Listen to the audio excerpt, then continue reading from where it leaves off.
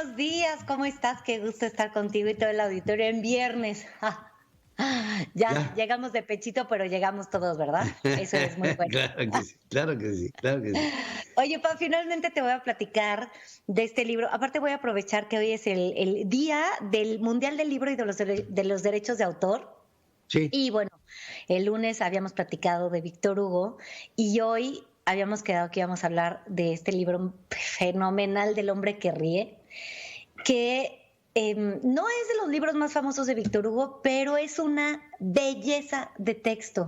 Está escrito en una forma tan detallada en donde te ves envuelto en un montón de sentimientos, con muchos sinónimos que le dan como un especial toque a un sentimiento tan básico como el hambre, por ejemplo, ¿no? Y luego hay unos episodios preciosos en materia de la muerte que a mí me encanta la muerte, la verdad, no que me gusta el tema, pues, voy a aclarar, porque si no, no vaya a ser. Pero se me hace preciosísimo. Además, no sé, este libro tiene dos partes, sí tengo que mencionarlo. La primera, que es la que yo leí, se llama El mar y la noche. La segunda se llama Por orden del rey y bueno, en la que yo me quedé y que de verdad recomiendo como lectura para el fin de semana es esta de El mar y la noche. Y bueno, en El mar y la noche está la historia, porque sí tenemos que mencionar que El hombre que ríe es la inspiración a la creación del personaje de Bill Finger, que se llama El Guasón, que todos lo conocemos, ¿no? claro. Y entonces cuando te pones a pensar, bueno, ¿qué tiene que ver el mar y la noche con un hombre como el Guasón? Bueno, nada, pero sí todo. En esta narración del mar y la noche es la historia de un viejo que es filósofo, es sabio y se llama Ursus, ¿ok? Y él recorre toda Inglaterra a principios del siglo XVIII con un lobo que adopta en el bosque que se llamaba Homo. Él le puso el nombre de Homo y bueno, desde ahí podemos entender la hondura y la ironía del pensamiento de Víctor Hugo, ¿no? Entonces, este recorrido de Ursus sigue otra obra que, bueno, después hay que leer que se llama El caos vencido. Y como parte de este recorrido, el sabio Ursus se da a la mar para poder llegar al sur de Inglaterra. Y entonces está en el mar y llega una tormenta que es verdaderamente escalofriante y pues sufren un naufragio, se va el barco despedazando hasta quedar solamente la parte de atrás del barco y sufren un naufragio y entonces hay una escena que está con toda su embarcación, es una escena bellísima, pero está toda la embarcación hincada, ya con el agua al cuello, ¿no? Y entonces se ve que empiezan a rezar. Dios te salve, Aves Marías, glorias y todo lo que tenían que rezar para pedir perdón. Y les llega el agua a la nariz y lejos de sacar la cabeza como parte de un instinto para sobrevivir, se someten a la muerte. Y entonces esta narrativa de Víctor Hugo es una poesía, porque es una conversación con Dios que tiene una profundidad que no te da ni un otro libro.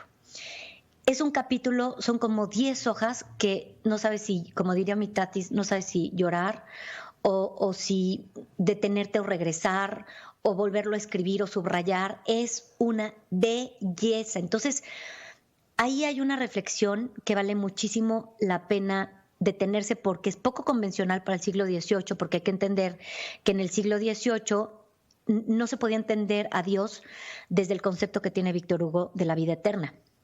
Dios era un hombre que castigaba, ¿no? Entonces, esta energía que le imprime es súper interesante. Y luego tiene, bueno, su forma de abordar la muerte es verdaderamente espiritual y tiene personajes que me encantan porque sufren un montón. Entonces, en vida están muertos. Es gente que en vida están muertos. Entonces, hay una transformación muy importante. Luego, por otra parte, hay otro personaje, al final se unen todas las historias, ¿no? Pero hay otro personaje que se llama Gwynplaine. Entonces, este niño Gwynplaine es un rescate. Es un niño que no tiene nada, que está huérfano. Es una tragedia su historia. Y lo que Gwynplaine logra es salvarse de él mismo. Porque él queda huérfano. De repente, ¿te acuerdas cuando nos decían, te van a llevar los robachicos? Bueno, pues sí existían los robachicos en el siglo XVII, Y entonces los robachicos, al verlo huérfano, lo roban y lo mutilan, que era una costumbre tradicional en el siglo XVIII. Para la gente que ha visto Outlander podrá ver lo que pasa con la mano de Jamie y con su espalda, ¿no? Pero lo mutilan y le hacen 2 cortaditas en las cachetes y luego lo cosen como fingiendo una sonrisa permanente, ¿no? Y entonces Gwynplaine vive un montón de aventuras y entre ellas la burla de la sociedad, cuando él por dentro es un niño con una magia verdaderamente especial. Hay una escena también muy linda en donde Gwynplaine pues no es aceptado en la sociedad porque era raro, ¿no? Y entonces lo ves caminando en la nieve con un frío, sin zapatos, con un frío espantoso. Con hambre, le tronaban las tripas, ya no tenía energía para seguir adelante, se ve que se está muriendo, la descripción que hacen del niño, se está muriendo. Y cuando está a punto de caer a la nieve, escucha los lloridos de un bebé. Entonces se avienta a la nieve, empieza a rascar, imagínate con 0 energía, 0 carbohidratos en su vida, empieza a rascar y se encuentra a una bebita tratando de mamar del pecho de su mamá ya muerta. Entonces le logra colocar a la bebé para que la bebita tome como lo último que le quedaba de leche a la mamá y la rescate, se la lleva para encontrar un lugar en donde pudiera calentarla. Entonces la carga y así muriéndose llega a una aldea en donde todas las personas, además de cerrarle la puerta, se burlan de él. Y entonces llega a la puerta de este sabio, Ursus, junto con su lobo, Homo, y pide asilo. Venía tapado con lo que podía su carita y entonces le pide que le dé de comer. Y entonces Ursus abre la puerta, enojadísimo porque era un sabio gruñón.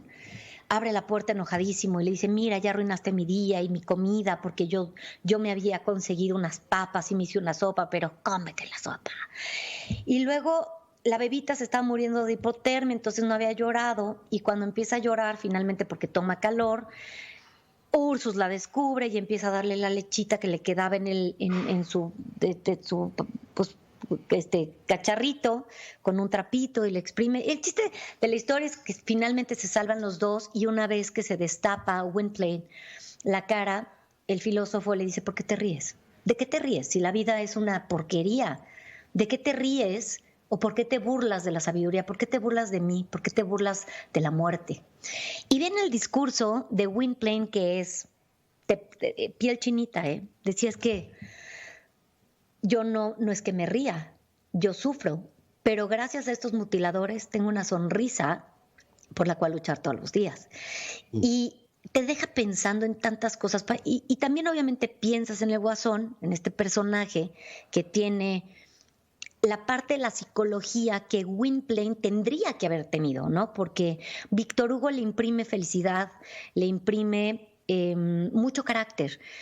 Y en el Guasón se le arrebata, es decir, se le da otro giro al mismo personaje en donde el hecho de haber sido huérfano, el hecho de haber sido mutilado, lo hacen un hombre de odio y un asesino en serie. Entonces, está muy padre leer el libro para toda la gente que es muy, muy fan de estas cosas de El Guasón y Batman y Superman y todo. Léanlo porque les va a dar otra perspectiva de la tristeza del Guasón, que fue la que imprimió, fue la que ¿cómo se llama este actor, papi? Porque se me acaba de ir su nombre.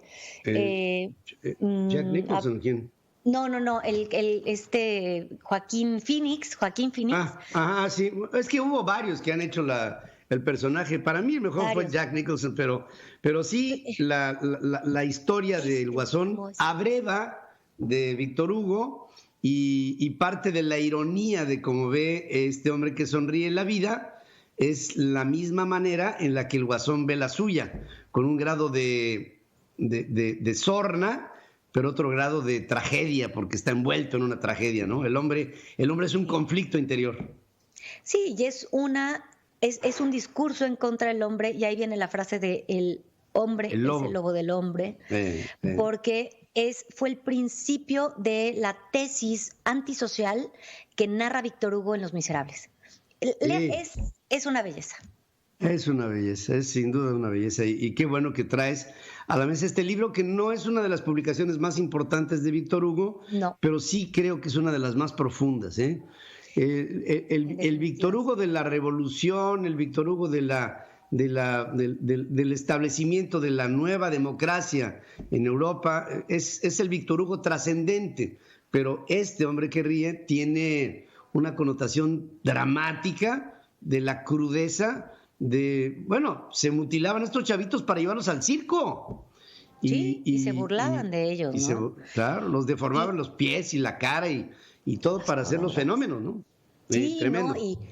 Y la otra que, si me permites agregar, es que ahorita estamos viviendo una era de cambio social, de cambio político. Hemos tocado el tema en el programa del neoliberalismo, y siento que regresar un poco a Víctor Hugo nos va a dar la perspectiva de por qué sí ser neoliberales es importantísimo.